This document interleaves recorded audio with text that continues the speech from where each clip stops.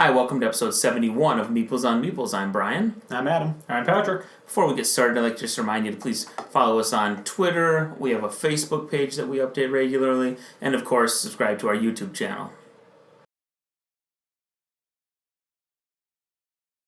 Alright, our game of the week this week is Cryptozoic's Street Fighter deck building game. If you've played the DC Comics Cryptozoic card game, it's essentially the same game, same rules, same play set, just a different theme.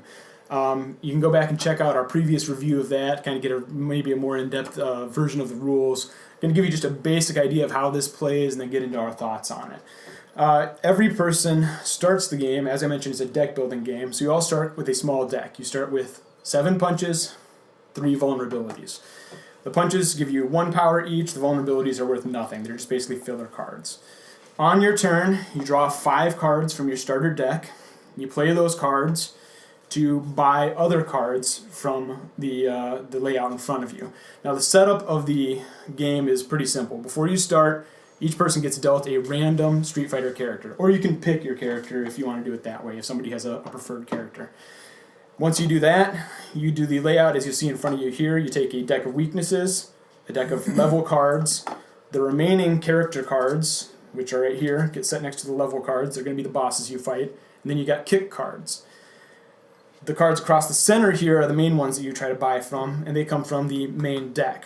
And they have defenses, attacks, equipment, superpowers, that type of thing. Villain cards, things like that. And they have various costs and various power. Beginning your turn, as I mentioned, you draw up 5 cards from your starter deck. You lay out those cards in any order you want, and you use the power to buy other cards laying out here. You can either buy one of the 5 cards that's laid out from the main deck, a kick, or if you have enough power, you can decide to go after the level. Now the power for each card is in the bottom right-hand corner. It's the silver number. 6, 2, 3, so on. The level numbers are obviously a little bit higher because you need to build up your deck before you can go at the level and try to fight a boss. But that's basically how you play it. You lay out the cards from your 5 cards in your hand. You buy 1 or more cards out here on the table. You put everything that you played and didn't play from your hand in your discard pile. Draw out 5 more. It goes on to the next person. Can we briefly describe what happens when you challenge a level? When you challenge... Yeah, go ahead. Okay, when you challenge a level, it's kind of like Street Fighter. It's like a one-on-one fight. So you flip, and it's hidden before this time to find out who the boss is of that level. It's like you'd be, who are you challenging in Street Fighter. And whatever their attack is or their counterattack is, that takes place. It's usually a bad effect on you unless you're able to counterattack it. Either defend or counterattack. Yeah, to defend or counterattack. Now, usually you've spent most of your cards just to be able to afford to approach the level. But if you happen to have cards left over, you can prevent that bad thing from happening to you. Regardless, if the bad thing happens, you still get the level to keep and add to your deck, or unless it says place face down in front of you. Yeah, so that automatically, you get it regardless of whether you actually beat the boss, so to speak. As far as when you're playing your cards in later rounds, when you build up your deck, as I mentioned before, some of them are attack cards, some of them are defense. When you play them, you get the benefit of the power on them to buy new cards, but also if there's an attack, you can pick the person you want to attack at the table. Or sometimes you can attack multiple people. When you attack them, they either take the bad effect of that attack, or they can defend or counterattack. Kind of the same with the level boss. And the negative to that would be you use one of your 5 cards to prevent that bad thing from happening, but now when your turn comes, you draw it at the end of your turn, so you only have 4 to play with. And if you can't defend an attack, the typical things that happen is either you have to discard a random card, you have to take a weakness that goes into your deck. Which are worth negative points at the end of the game. Negative points at the end of the game. And you play until you either go through all of the level cards or you go through this main deck here. Whichever one happens first, that ends the game. And then everybody just adds up all of their victory points. And the victory points are in the bottom left-hand corner of every card in the little gold star. Add all those up at the end of the game. Person with the most victory points wins. And obviously, as Brian said, you subtract all the weaknesses that you have in your deck to figure out your final score.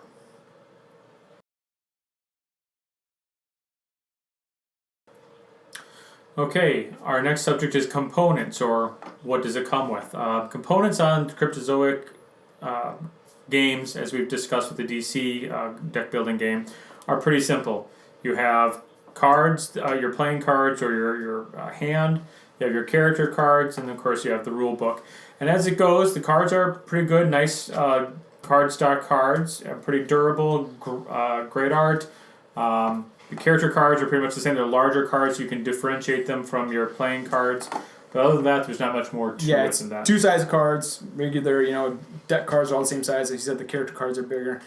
I'm going to jump out there and say I just really like the art style. I was just going to say the same. I love the art. I mean, it probably helps if you're familiar with the Street Fighter characters or you like the theme, but it is really beautiful art no matter what. I mean, it's hard to argue against that. And they do, this different styles of art. You got kind of the cartoon look, you got the 8-bit look on the level cards. Well, I don't know if I go 8, the original 16, 32-bit, yeah. The video game look. You got some that have more of kind of an artsy look to them, kind of like a painted look to them. I mean, it's not like they took the same artist or same art style and threw it on every card. They kind of give you a mixture. Yeah, some of them are from like still shots from like the most recent Street Fighter has that weird like paint splash look, and then some of them are definitely from like the anime and the videos released in Japan and the U.S. Yeah, it's just a really good art style. Card stock, for being a card game, and that's all there really is in there. The card stock's. It's decent. I play with much worse. I mean, they're I think they're much more durable than. And maybe it's the fact that they're giving you so many, so it's a trade-off. You get a lot of cards. It's maybe not the greatest card quality. There's one downside: the fact that they go all the way to the edge with the color and with the pictures. As the edges get nicked up, that's going to show. Whereas a white border or some kind of border would prevent the artwork from getting damaged. Sleeving would be ideal. There are a lot of cards granted, but and not to get too technical, but if you go into the box here, the tray they give you to put the cards in. They don't have enough individual slots to separate out the different types of cards that you want to separate out. The slots are too small for some of the Is there enough room in here, though, if you were to sleeve all the cards, are they still going to fit easily? They probably wouldn't fit really easily. They may fit if you sleeved them, but then you're definitely not going to be able to separate them out. They're all just going to be in one big stack in a couple different spots. Okay. So for being such a big box and so little in there, they could have maybe, designed the separator that's in the box a little bit better, but... Other than that, it's a card game. Good cards, good art style. I don't think you can expect too much more out of it.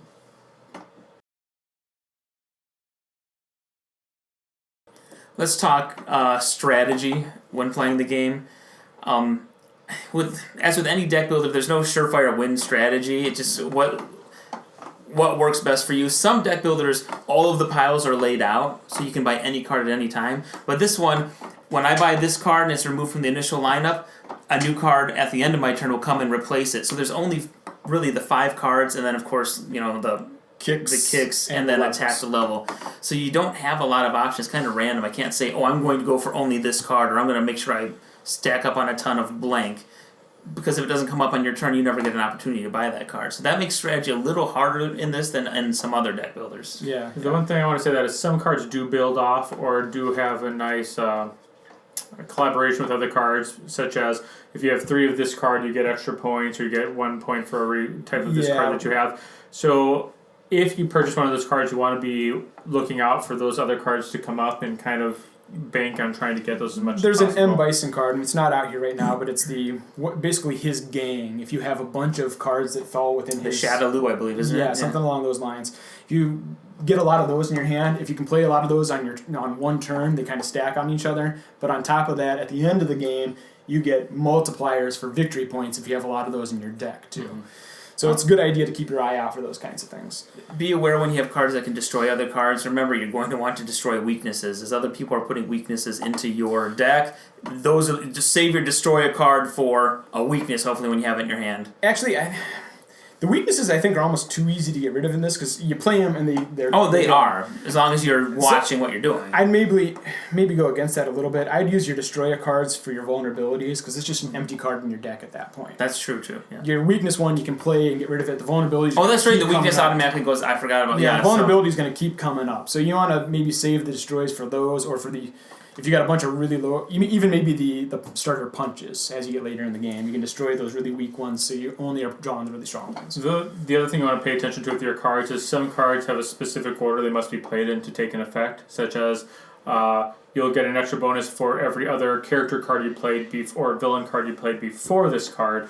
After. So if you play it when you lay them down, if you play them in the wrong order, you're not going to get the full effect. The last thing I want to say is for those attack cards, pay attention to how everyone else is doing and how the gameplay is going, so that when you get one of those attack cards and you want to play it on somebody, you've already identified the person to hit it with. And there's actually one other thing that we kind of left out in the rules.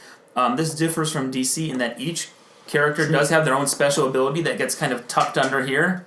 And it starts under the card, yep. Yep, and you you're the only one who can buy it. They can't. Nobody else can buy it out from under you. So once you've saved up enough, or you want to, you can buy it. And then you've got, and it's usually a pretty powerful card that ties into whatever that character can do in the video game. Yeah, it's got. So know when it's good to buy that, and then there's other things that abilities that let you maybe pull other cards to tuck underneath your character, or whatever. And that's good to steal cards out so that nobody else can buy it. Like I can't afford that now, but I have a card that lets me steal and tuck it under my guy. Yeah. Maybe play that to take the good cards out so that eventually you can save up for it, but at least Adam won't buy it or whatever. And another thing I'll throw out there is, as far as those attacks like Pat's talking about, be sure you get some defense cards. Because there was one of the games we played where I built up what I thought were really strong cards, but every time it came down to an attack, I never had a defense. So I was always losing a card, gaining a weakness. So you want to make sure you have at least some balance in that way too. Make sure you have a one defense or a couple defense cards in there, or a couple counter attack cards, that kind of thing. And anything else for strategies? Not that I can think of. I think we're good. So let's talk our likes and dislikes on this. Theme. Exactly. I love Street. I mean, it brings me back. You got to remember Street Fighter came out when I was like, what, 10, 11, 12? It's still going strong. It's tons of memories of playing it on the Super Nintendo. And one time when I got really frustrated and angry, I may or may not have chucked the controller at the wall. I got a little talking to over that. But just the artwork and the characters does bring back a lot of nostalgia for me in particular. So the theme, I think, is really cool and interesting to see these characters brought out in a board game. And I'll jump onto that. The DC game and this are basically the same game.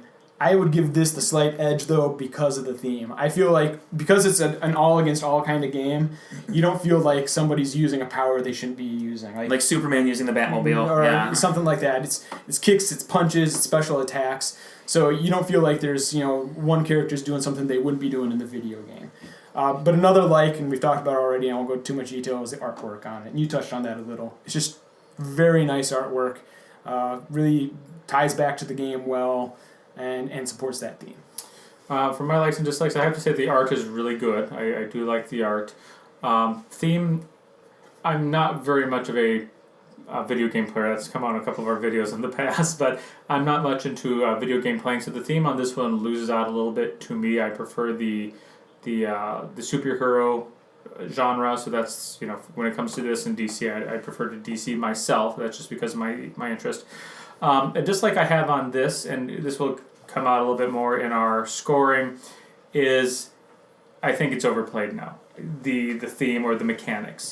There's nothing really. Like, are you saying the whole genre of deck building? No, mechanics of this. The Cryptozoic mechanic. Gotcha. And I know the idea is you can put these cards together and you should be able to play the different sets together if you want to, which I think kind of breaks the theme if you do that. Yeah. But it is very repetitive. So it's not an attack on this game necessarily. It's an attack on what Cryptozoic put together. Cryptozoic put together. I mean, it was great. The first one they came out with was DC, I believe, which was great. It was a unique deck building. We said that compared to the other deck builders out at the time. It was a unique theme. It played very well. Unfortunately, they're just pasting new pictures on the same theme. There's nothing really unique about this to really draw me back to say, I need to buy Street Fighter when I already have DC. You probably don't need a bunch of these in your collection. You pick the one with your theme. Two. Exactly. So since I already have DC and they came out with Street Fighter, they have, I believe, Aliens. I mean, no, that's the Marvel one. They have Naruto, DC. Naruto's the one I was thinking of. There'll probably be more to come. Naruto's the one I was thinking of. So I just feel that they're just gaming us for money right now. They're just slapping on a theme to a card game. And because of that, it just loses it for me. I get that, but if you don't have one of these, I mean... you'd go with your genre. But exactly. But I don't know if that's an attack necessarily on this game, but I know it's a disappointment of the mechanics. Yeah. Anything else? Nope. All right.